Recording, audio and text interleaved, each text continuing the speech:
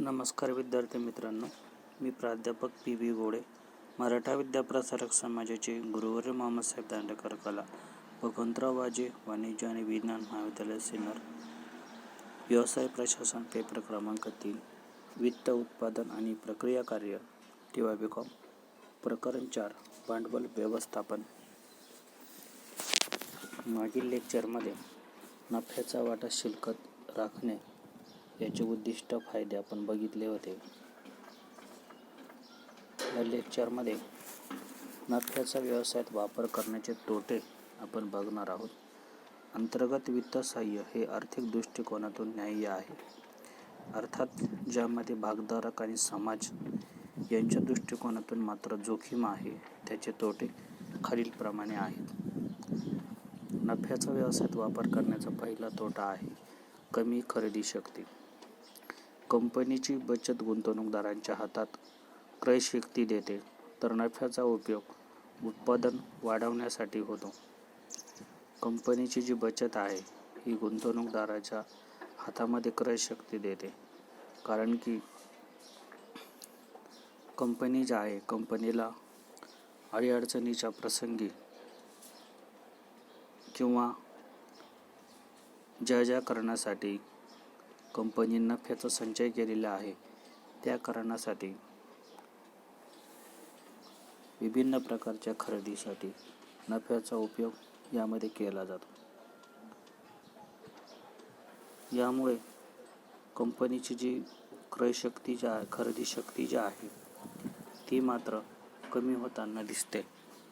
या माध्यमातून कंपनी नफ्याचा वापर या ठिकाणी करते, परंतु बाजारपेठेमध्ये नवीन भांडवल मिळवण्यासाठी प्रयत्न करत नाही. दुसरा तोटा आहे अतिरिक्त भांडवलीकरण.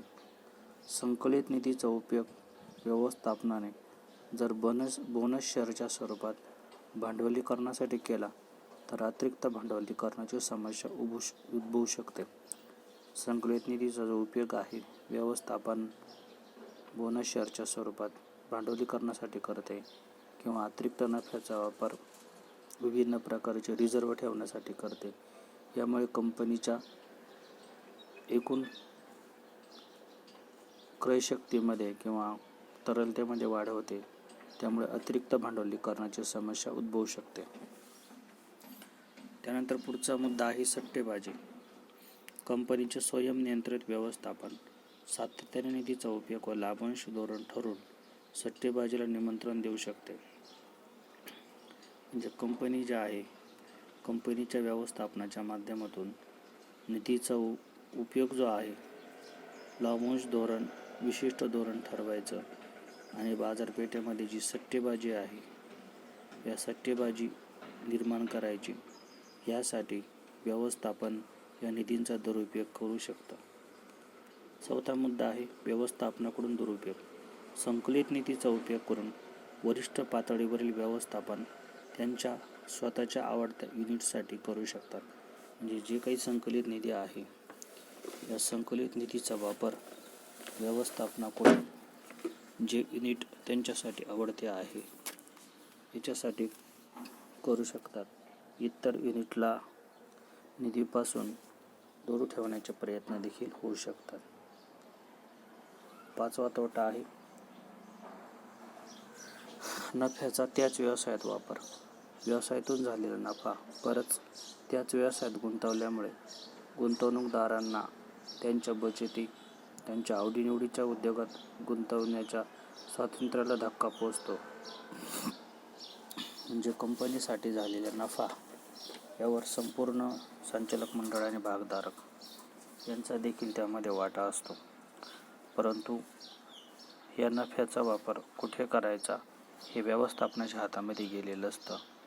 त्यामुळे त्याच नफ्याचा त्याच व्यवसायात वापर या ठिकाणी होतो. यानंतर पुढील आपला मुद्दा आहे बँकेकडून कर्ज. बँकेकडून होणारे जे कर्ज पुरवठे आहेत त्याचे दोन प्रकार आपण बघितले होते की अल्पकालीन कर्ज आणि दीर्घकालीन कर्ज. यामध्ये बँकेकडून होणारं जे कर्ज पुरवठ्याचं माध्यम आहे यामध्ये अल्पकालीन वित्तासाठी बँका ज्या आहेत या बँका मोठ्या कर्जाचा स्रोत आहे. त्यालाच आपण अल्पकालीन जे वित्तपुरवठा जो आहे याला आपण खेळते भांडवल असं देखील या ठिकाणी म्हणत असतो. या अल्पकालीन जे वित्तपुरवठा आहे या अल्पकालीन वित्तपुरवठ्याची विभिन्न प्रकारची माध्यमं आपल्याला या लेक्चरमध्ये बघायचे आहे. पहिलं माध्यम आहे तारणावर कर्ज.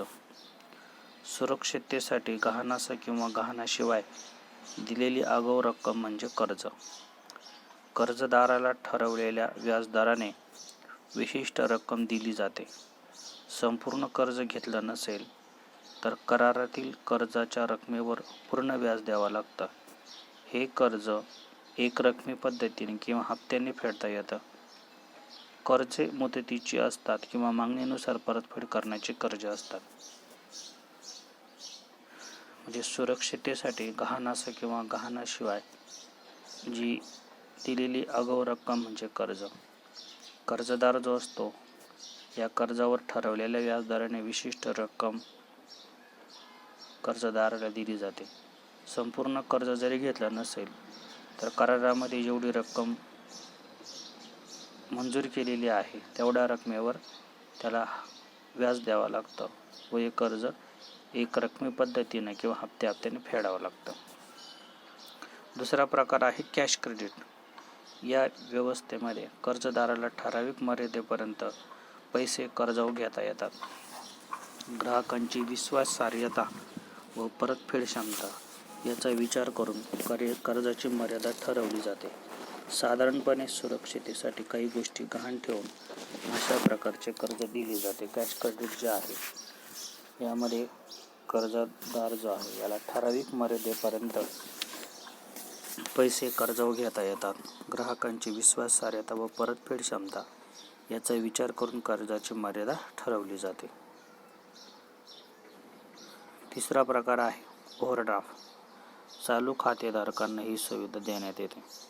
चालू खात्यातील शिल्लकेपेक्षा ठराविक मर्यादेपर्यंत जास्त रक्कम काढण्याची मुभा खातेदाराला दिली जाते. साधारणपणे ही सुविधा आठवडाभरासाठी असते आणि विशिष्ट प्रकारचे ग्राहक वर्ग ज्यांचे चालू खात्यावरील व्यवहार चांगले आहे अशा खातेदारांना बँका ओव्हरड्राफ्ट, ज्याला आपण अधिकर्ष सवलत असं म्हणतो, ही दिली जाते. त्यानंतर चौथा प्रकार आहे बिल डिस्काउंटिंग. खरेदीदाराकडून आश्वासन हुंडी किंवा बिल ऑफ एक्सचेंज असलेला ग्राहक ही हुंडी व्यापारी बँकेकडे वटू शकतो. मुदत बिलाच्या बाबतीत बिल डिस्काउंटिंग असा शब्द प्रयोग केला जातो, तर मागणी बिलाच्या बाबतीत बिल खरेदी असा शब्द प्रयोग केला जातो. आता बिल डिस्काउंटिंग किंवा बिल खरेदी यामध्ये जो खरेदीदार आहे या खरेदीदाराला हुंडी किंवा बिल, खरेदीदाराकडे हुंडी किंवा जे बिल असतं की ज्याची रक्कम भविष्यामध्ये मिळणार आहे अशी रक्कम बँकेकडे तारण देऊन बिलाच्या पावतीवर जी मुदत असेल त्या मुदतीपर्यंत कर्ज दिलं जातं. म्हणजे बँकेकडे जी हुंडी किंवा जे बिल आहे यावर मिळणारे पैसे एका प्रकारे बँकेसाठी तारण म्हणून स्वीकारले जातात. यानंतर बँकांकडून कर्ज याचे फायदे. पहिला फायदा आहे स्वस्त पद्धत. खेळत्या भांडवलासाठी बँकांकडून कर्ज ही एक सोपी पद्धत समजली जाते. खेळते भांडवल प्राप्त करण्यासाठी अतिशय कमी कालावधीमध्ये कर्ज उपलब्ध करून देण्यासाठी ही एक सोपी पद्धत आहे. यामध्ये bill discounting, overdraft, cash credit यासारख्या कर्जावरती बँकांना कुठल्याही प्रकारचे जे तारण आहे हे तारण यामध्ये द्यावं लागत नाही. अतिशय कमी कालावधी आणि कमी प्रोसेसिंग फीमध्ये cash credit, overdraft, bill discounting प्राप्त करून दिली जातात. दुसरा फायदा आहे लवचिकता. बँक कर्ज घेण्यात लवचिकता असते कारण खेळत्या भांडवलासाठी बँकेकडे विविध पर्याय असतात. म्हणजे बँकेकडून कर्ज घेत असताना लवचिकता या तत्त्वाचा अवलंब यामध्ये केला जातो. कारण की खेळत्या भांडवलासाठी जेव्हा बँकेकडून कर्ज घेतले जातात तेव्हा विविध पर्याय योजना यामध्ये वापरल्या जातात. त्यानंतर तिसरा फायदा आहे सवलतीचा व्याजदर. रिझर्व्ह बँकेच्या आदेशानुसार बँका लघु उद्योगांना व कुटीर उद्योगांना सवलतीच्या दराने कर्ज पुरवठा करतात. रिझर्व्ह बँक जे आहे किंवा सरकारच्या माध्यमातून छोटे उद्योजक जे आहे यांच्या उद्योगांना भरभराटी मिळावी किंवा कुटीर उद्योगांची जी संख्या जी आहे ही वाढावी. कुटीर उद्योगांच्या माध्यमातून जो सुशिक्षित बेरोजगार वर्ग आहे यांना कर्ज मिळावं यासाठी भारत सरकारच्या माध्यमातून रिझर्व्ह बँक ऑफ इंडिया अनेक कर्ज पुरवठ्याबाबत बँकांच्या माध्यमातून सवलती देत असतात. म्हणजेच रिझर्व्ह बँकेच्या आदेशानुसार या सवलती असतात. यामुळे लघु उद्योग आणि कुटीर उद्योगांना सवलतीच्या दरामध्ये कर्ज पुरवठा होत असतो. चौथा फायदा आहे बँकांची मित्रत्वाची भूमिका. कर्ज पुरवठा व कर्जाचा वापर यांच्या योग्य पद्धतीबाबत सल्ला देण्यासाठी बँका मित्र मार्गदर्शक व तत्त्वाची भूमिका पार पाडतात. ज्यावेळेस कर्जदार बँकेकडे कर्ज घेण्यासाठी जातो त्यावेळेस फक्त बँका कर्ज मंजूर करतात असं नाही, तर अनेक प्रकारच्या बँका या कर्जदारांना एक मार्गदर्शक म्हणून त्यांनी जो काही प्रोजेक्ट उभारलेला आहे त्या प्रोजेक्ट संदर्भात माहिती देतात किंवा काही तज्ज्ञ व्यक्ती बँकेमध्ये असतात. या बँका ह्या प्रोजेक्टची पाहणी करून प्रोजेक्ट फायदेशीर बनवण्यासाठी प्रयत्न करतात. कारण की कर्जदारांना दिलेले कर्ज फेडण्याची कुवत कर्जदारामध्ये व्हावी व आपल्या बँकेचं कर्ज वेळेत फेडले जावं यासाठीचा प्रयत्न या माध्यमातून केला जातो. त्यानंतर पाचवा मुद्दा आहे मोठ्या कर्जाची उपलब्धी.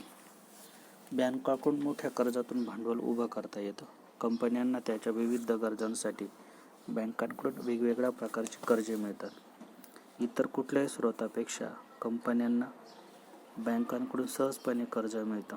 कर्ज वितरण होण्यास फारसा विलंब लागत नाही. म्हणजे बँकांकडून मोठी जी कर्ज असतात हे कर्जसुद्धा गुंतवणूकदारांना दिली जातात.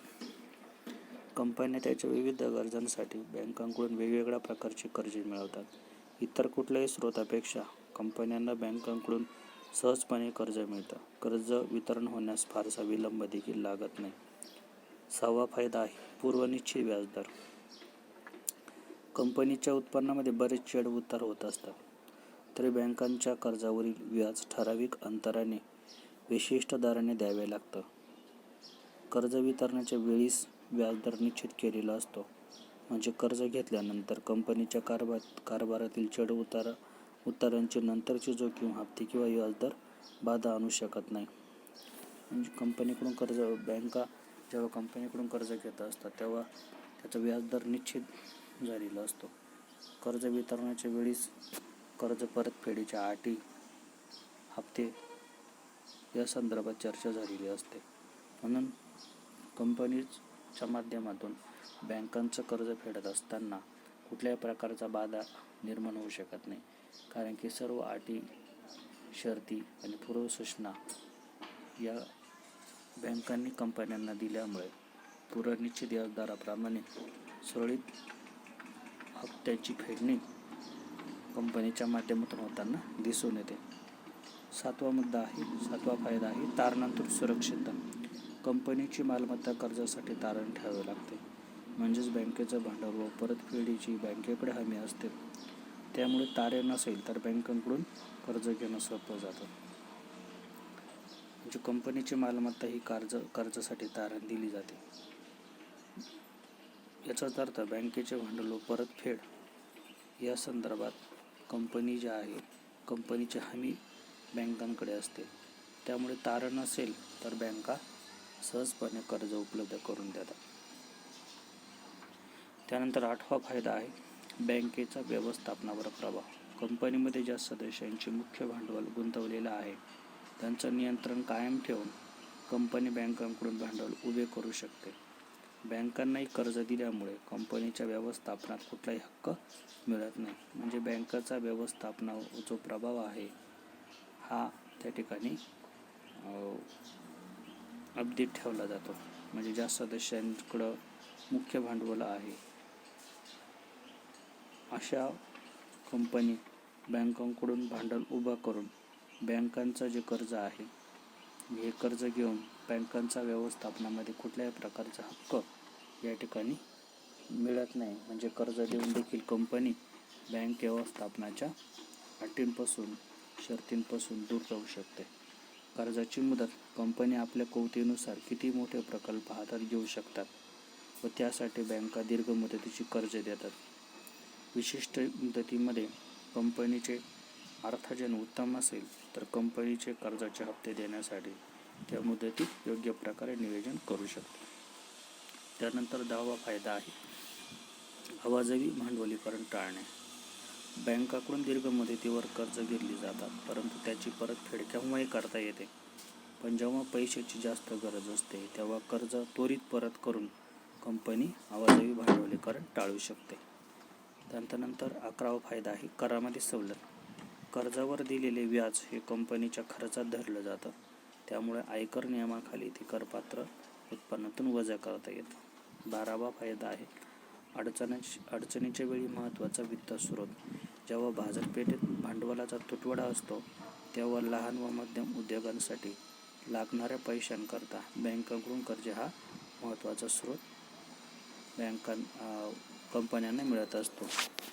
यानंतर लेक्चरचा राहिलेला भाग पुढील लेक्चरला. धन्यवाद.